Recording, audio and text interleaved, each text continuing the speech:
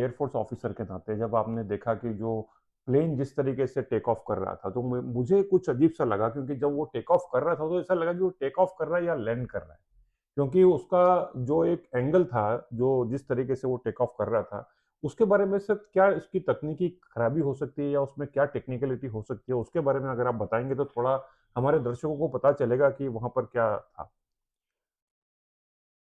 जो जहाज take off करता है उसको लिफ्ट मिलना जरूरी है। जी लिफ्ट मिलता रहेगा और वो ऊपर को उड़ेगा। जी जैसे लिफ्ट कम हो जाएगा उसके वजन के कारण वो नीचे बैठ जाएगा। जी जो हमको जो दिखाई दे रहा है वीडियोस में, तो लिफ्ट लॉस ऑफ लिफ्ट है। जी जी। अच्छा, तो लिफ्ट कैसे आती है सर? उसका जो एंगल ऑफ अटैक है और उसका स्पीड, जी ये दोनों के कॉम्बिनेशन से इसको लिफ्ट मिल जाता है। इसका जो फ्लैप पोजीशन है, हाँ। तो एरोफॉइल जो स्ट्रक्चर है उससे लिफ्ट जनरेट होता है, जहाज का वेट को उठाता है।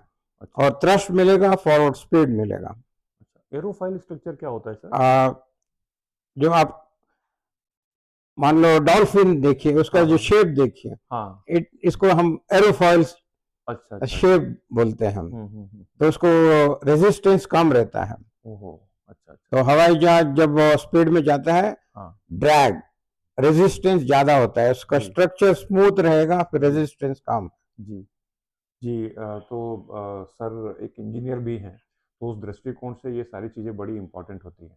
सर ऐसा सुनने में आया है कि उसमें जो मेन जो कैप्टन थे, जो फ्लाइट को उड़ा रहे थे, वो सबरवाल जी थे, और उनका काफ़ी मोर देन 9000 आवर्स का उनका एक्सपीरियंस है। तो जब उन्होंने ये आवाज़ लगाई कि मे डे मे डे मे डे, तो इसका क्या मतलब होता है सर? ये और ये जो जो पायलट होते हैं, ये किस किस किस परिस्थितियों में मे डे के बारे में अनाउंस करते हैं, और किसको वो बोलते हैं मदद के लिए, मतलब कहाँ, where they really wanted to send their voice for the help?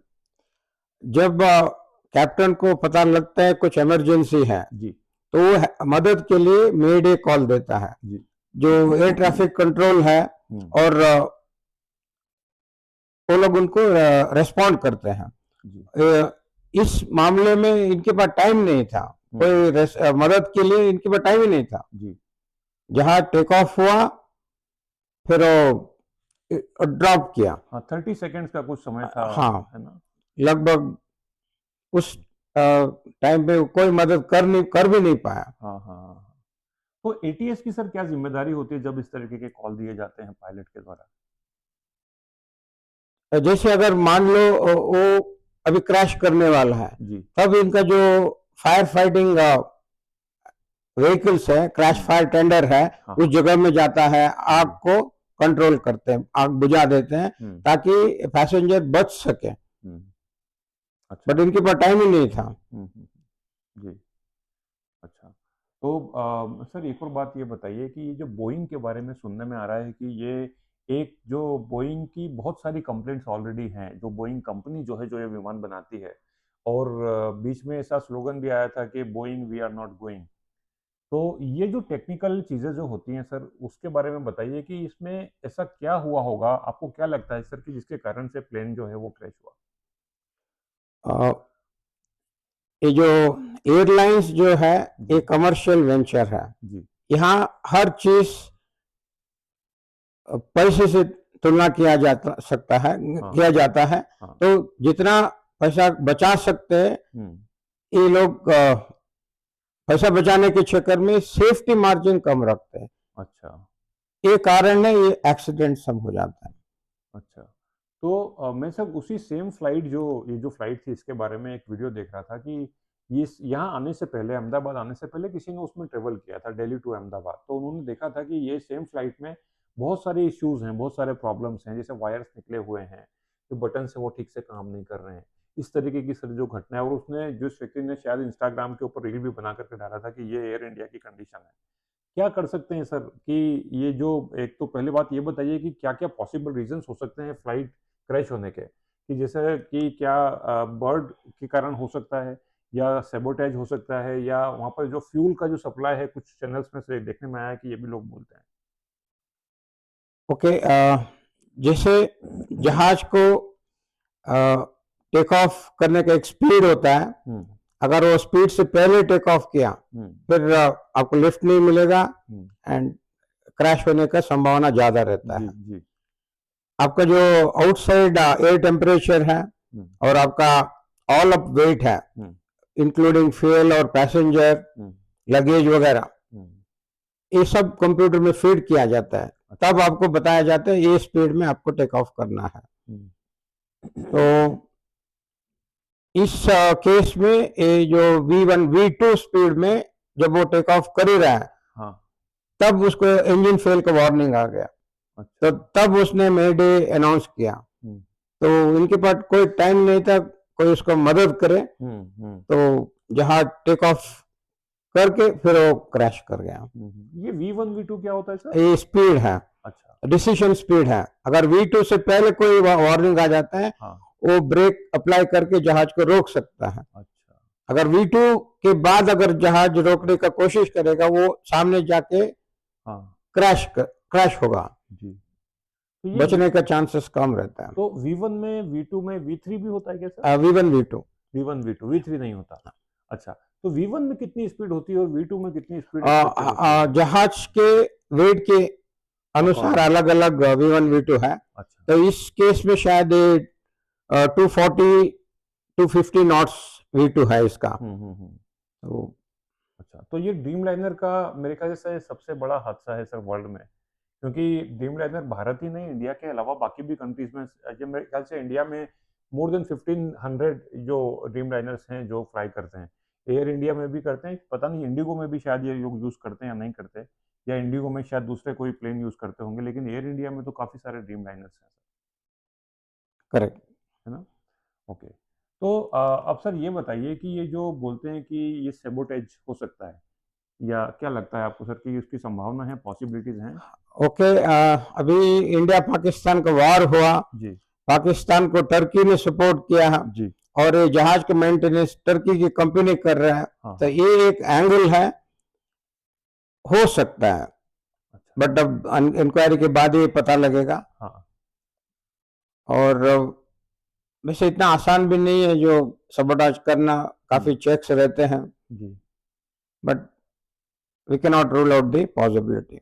अच्छा, कुछ सर मैं एक दो चैनल पे देख रहा था कि वहाँ बोल रहे थे कि ये जो फ्यूल का जो सप्लाई होता है ये कंप्यूटराइज होता है, तो हो सकता है किसी ने वो कंप्यूटर का जो प्रोग्रामिंग है उसको हैक किया होगा, क्या इसकी पॉसिबिलिटी हो सकती है? यस, अभी थोड़ी देर पहले मैंने बताया आपका जो वेट है, फ्यूल, इसके ऊपर स्पीड डिसाइड किया जाता है। अगर आपने एंट्री गलत किया, फ्यूल का एंट्री गलत हो गया, फिर आपका स्पीड कम होगा। तो कम स्पीड में अगर आप टेक ऑफ करोगे तो लिफ्ट मिलेगा नहीं, आप क्रैश करोगे। अच्छा। एक पॉसिबिलिटी है। ओके। और ये बर्ड वाला भी सर हो सकता है? ओके, बर्ड हिट हो सकता है, मगर अगर बर्ड हिट होगा वो धुआं निकलता है। अच्छा। पीछे से। इस केस में हमको धुआं कुछ दिखाई नहीं दिया। हाँ। और इस केस में शायद दोनों इंजन फेल हुआ। हाँ। ये rarest of the rare case है, दोनों इंजन फेल होता नहीं, एक इंजन फेल होगा फिर दूसरा होगा। इस केस में शायद ऐसे लग रहा है दोनों इंजन फेल हुआ, जो वार्निंग आया। हाँ। इंजन फेलियर का वार्निंग आया जी। तो ये दोनों इंजन सर आगे की तरफ होते हैं, एक आगे एक पीछे होता है? नहीं, दोनों बराबर लेफ्ट और राइट में रहते, बैलेंसिंग रहता है। अच्छा। और कितना फ्यूल होता है सर जब ये फ्लाइट लंदन जा रही है, तो London is a quite distance, जितना है इसमें 1,26,000 लीटर फ्यूल भरा गया। और फुल फ्यूल था जी। और अगर क्रैश करता है तो फिर आग तो पकड़ना है, तो और इट विल ब्लास्ट। जो फायर और जो ब्लास्ट हुआ वो इसीलिए शायद बहुत ज्यादा इंटेंसिटी वाज वेरी हाई जी। ये जो जिस तरीके के जैसे वो हादसे होते हैं, तो उसमें जो आपके जो नॉर्मली जो एयरफोर्स में जो प्लेन यूज होते हैं वो ये बोइंग ही बनाती है, या वो जो इंडियन एयरफोर्स में यूज होते हैं या बाहर की जो एयरफोर्स में यूज होते हैं वो कुछ डिफरेंट टाइप के होते हैं? ओके, इवन हमारे इंडियन एयरफोर्स में बोइंग का भी एरोप्लेन है जी। हमारे पास ज्यादातर रशियन हवाई जहाज ज्यादा है। हाँ। अभी अमेरिकन भी आया है जी। और French Boeing is French, basically American company है। या ओके। एयरबस फ्रांस की है। हाँ हाँ, अच्छा। ओके। तो इंडियन एयरलाइंस में जो इंडियन एयरफोर्स में जो यूज होते हैं वो डिफरेंट, वो रशिया से लिए हुए होते हैं। हाँ, ज्यादातर अच्छा। रशियन नाम। तो इनकी जो सर, जो इनका आर्किटेक्ट होता है, जो बनावट होती है, उसमें क्या डिफरेंसेस होते हैं सर? कि जो एयरफोर्स में मैंने इस तरीके के एक्सीडेंट वगैरह शायद नहीं सुने कभी कि इस तरीके के होते हैं। एयरफोर्स में भी एक आधा एक्सीडेंट होता है, जी। बट ये पुराना जहाज है, जैसे मिग 21 आपने सुना होगा, हम्म ये क्रैश करता है, हम्म, सो एक्सीडेंट तो होता है। जी। यस, उसमें एक पायलट होगा या दो पायलट होगा, हाँ यहाँ तो पूरा पैसेंजर है, हाँ। Transport aeroplane. और इंडियन एयरफोर्स में भी ट्रांसपोर्ट जहाज है, हम्म। बट एक आधा क्रैश होता है। जी। पायलट की गलती की वजह से हो सकता है, या टेक्निकल फॉल्ट की वजह से हो सकता है, या कोई डिजाइन डिफेक्ट हो सकता है, अच्छा। ये अलग अलग, या बर्ड हिट हो सकता है। तो बर्ड हिट सर ऊंचाई पे जाने के बाद तो नहीं होता होगा शायद, जब तक वो एक लेवल पर है तभी, क्योंकि बर्ड्स इतनी ऊंची तो नहीं उड़ती हैं। हाँ, करेक्ट। ओके, बर्ड हिट अगर टेक ऑफ के तुरंत बाद होता है, हम्म। ये पायलट के पास टाइम नहीं रहता रिएक्शन करने के लिए, अच्छा। तो क्रैश होता है। हम्म अगर वो हाइट में कहीं हो गया, हम्म, तो उसके पास टाइम रहता है, वो अवॉइड कर सकता है पॉपुलेटेड एरिया को हाँ से हट के दूर जी। लैंडिंग कोशिश कर सकता है। इसी टाइम पे सर, जब ये इस तरीके के हादसे होने वाले होते हैं, तो एक पायलट की मेंटेलिटी में, माइंडसेट में क्या होता होगा सर? क्योंकि इसी टाइम पे डिसीजन मेकिंग बहुत इंपॉर्टेंट होता है। आपके पास में, आप अकेले नहीं हो, आपके पास 200-250 लोगों की जान है, मतलब जो आपके साथ में ट्रेवल कर रहे हैं। तो एक पायलट के ऊपर सर क्या मानसिकता होती होगी, क्या मेंटल स्टेटस होता होगा उस पायलट का? जैसे सब्रवाल साहब इसमें जो मेन पायलट थे, जो नहीं रहे हमारे साथ में अभी, क्या एक सर मेंटेलिटी क्या होती होगी साइकोलॉजिकली? काफी टेंशन रहता है, मगर हम्म इनको ट्रेनिंग दिया जाता है। हम्म इसीलिए तो एक्सपीरियंस जो है मैटर करता है। हम्म, ये जो 8,000 प्लस घंटे का जो उड़ान भरा है, हाँ हाँ। तो उनका एक्सपीरियंस है, ये जो भी इमोशंस है वो कंट्रोल में रखता है।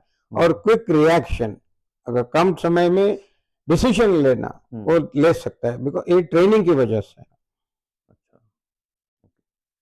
ओके, ठीक है सर। ऐसी कोई चीज़ जो हम लोग डिस्कस नहीं कर पाए सर?